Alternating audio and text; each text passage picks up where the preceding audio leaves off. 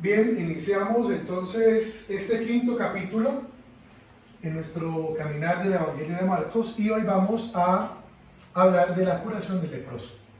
Ya la encontramos en el capítulo 1, versículo 40. Vamos a encontrar el costo del servicio, que tiene que ver la curación con el costo que nos puede llevar a servir. Pues eso es lo que vamos a descubrir el día de hoy. Ahora,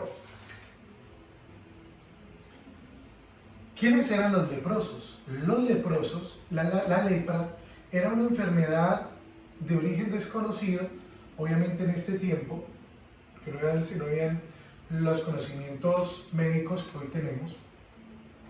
Y la lepra, como muchas de las enfermedades en el tiempo de Jesús, eran consideradas como producto de algún pecado, producto de alguna maldición, producto del pecado familiar, del pecado personal. Recordemos un capítulo donde dicen quién pecó, él y sus padres, para que él naciera ciego. Y nos damos cuenta que la enfermedad estaba muy asociada al pecado en la cultura judía. Entonces, ¿qué pasa? Los leprosos, la lepra se consideraba como una enfermedad contagiosa y que generaba que el hecho de que tú tocaras a un leproso, pues quedabas impuro y te tocaba hacer todo un proceso ritual para purificarte. Por eso los leprosos eran rechazados, no tenían un hogar propio, eran condenados en vida y sobre todo eran aislados. Había algo que llamaban la villa de los leprosos.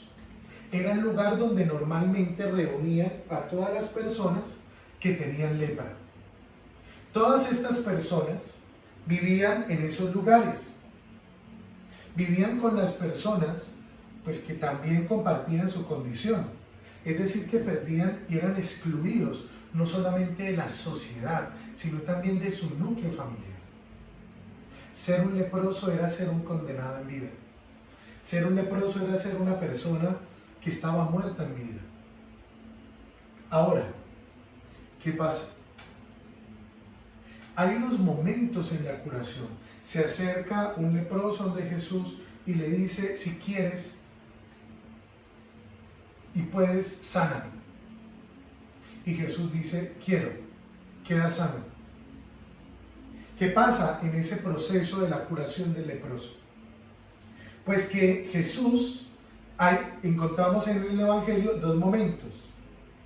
El primer momento es que Jesús tiene piedad de ese leproso. Muchas veces creemos que Dios es inmisericordia con nuestras propias miserias. Cuando no tenemos una experiencia de fe profunda o cuando vivimos cosas que a veces sobrepasan nuestra fe. Creemos que Dios nos ha abandonado, que Dios no se conmueve con nuestro sufrimiento. Y el Evangelio dice, y tuvo piedad de él. Se conmovió. Las entrañas en la Biblia son muy importantes, es el lugar de los sentimientos. El conmover las entrañas implica que el evangelista nos muestra que Jesús tuvo profunda compasión de él. Pero ojo, esta compasión es diferente.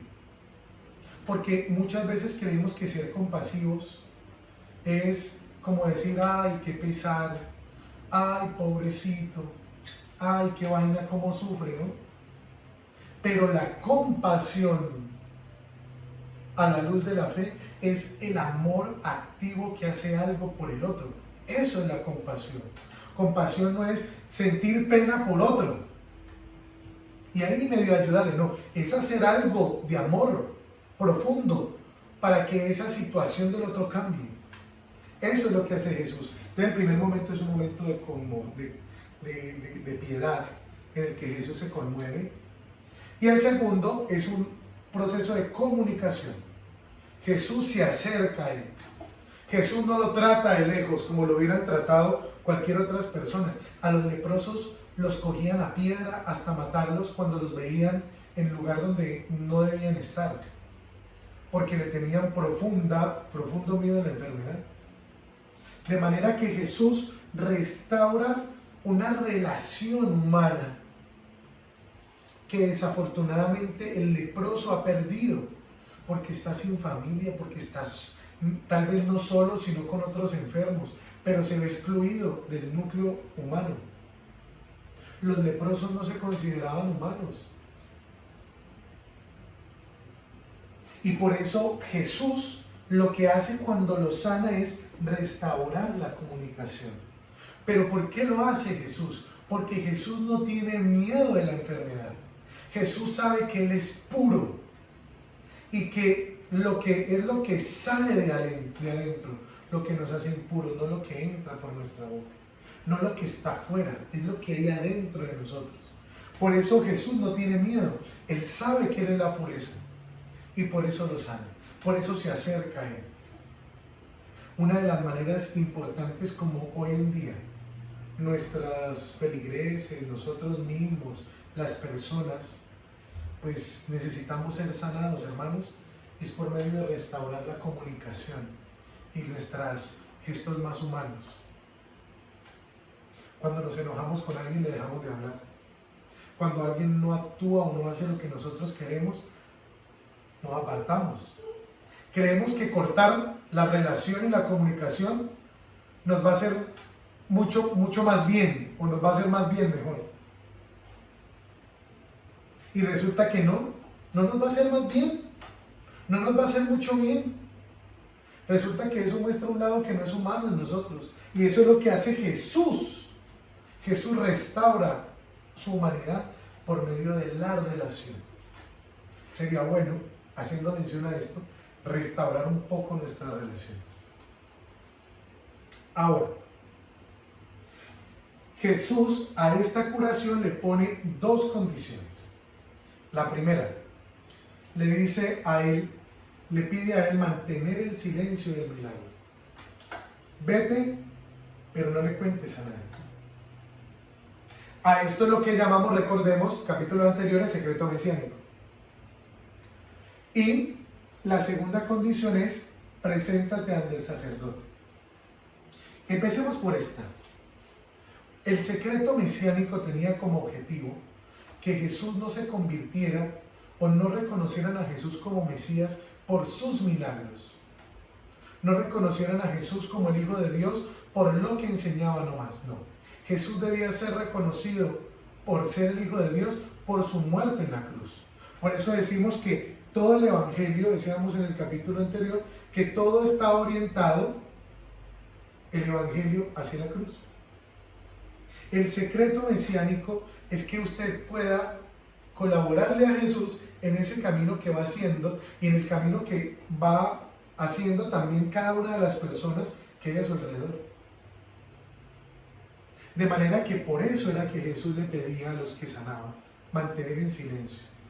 Lo segundo es que Jesús respeta los protocolos judíos. Cuando alguien quedaba sano de alguna enfermedad, debía ser constatada su sanación por medio de los sacerdotes para ser readmitido otra vez en la comunidad. Jesús tiene un gran respeto por esas leyes judías. Por eso Jesús es un rebelde, pero es un rebelde a los ojos de otros, no porque enseñe algo distinto. Yo no vine a abolir la ley, dice él. Yo vine a darle pleno cumplimiento. Por eso Jesús aquí respeta la autoridad de los sacerdotes y le dice, preséntate ante él. ¿Para qué? Para que quede constancia de que Dios ha hecho una obra en ti. Pero ojo, de que Dios ha hecho una obra en ti. No de que tú eres muy bueno y por eso Dios hizo esa obra. O no de que podamos enfocar el sentido del milagro en otra cosa. En creer que somos muy buenos o en creer que nos lo merecemos. Sino en la forma como Dios ha obrado. Dios es el que obra en ti. Esas dos condiciones tienen un objetivo. El objetivo de no adelantar los momentos de ese camino del que hemos hablado desde el principio, que quiere Marcos que cada uno de nosotros hagamos. La violación del secreto porque obviamente tiene tanta alegría de quedar sano que le cuenta a todo el mundo. Pues desafortunadamente, la violación del secreto desata una cruz para Jesús. ¿Por qué una cruz? Preguntaríamos. Pues desata una cruz porque Jesús pierde su privacidad, pierde su descanso, pierde su tranquilidad. ¿Qué pasa, hermanos, cuando en muchos de nuestros lugares religiosos o personas a veces reconocemos que tienen un don para esto? Pues todo el mundo acude en masa. Y el que sufre muchas veces es el que ha recibido ese don. ¿Por qué? Pues porque desafortunadamente pues tiene que cambiar toda su vida porque se vuelve el foco de atención, que también es muy peligroso, ¿no? Para la persona que lo hace, porque puede perder el centro del por qué hace lo que hace, pero también para nosotros que colocamos nuestra fe en los hombres y no en Dios. ¿Qué pasa con esto entonces?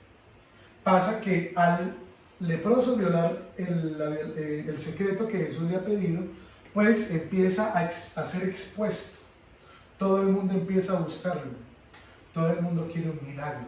Todo el mundo quiere escucharlo. Y Jesús, al perder esto, pues podría tomar dos opciones. Se aparta y no hace nada hasta que llegue el momento de la cruz.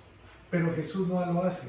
Jesús y su misericordia es más grande que su vida privada, es más grande que su descanso, es más grande que muchas otras cosas. Por eso decimos que el servicio tiene un costo. El costo de que muchas veces tu vida, cuando sirves, va a ser trastocada.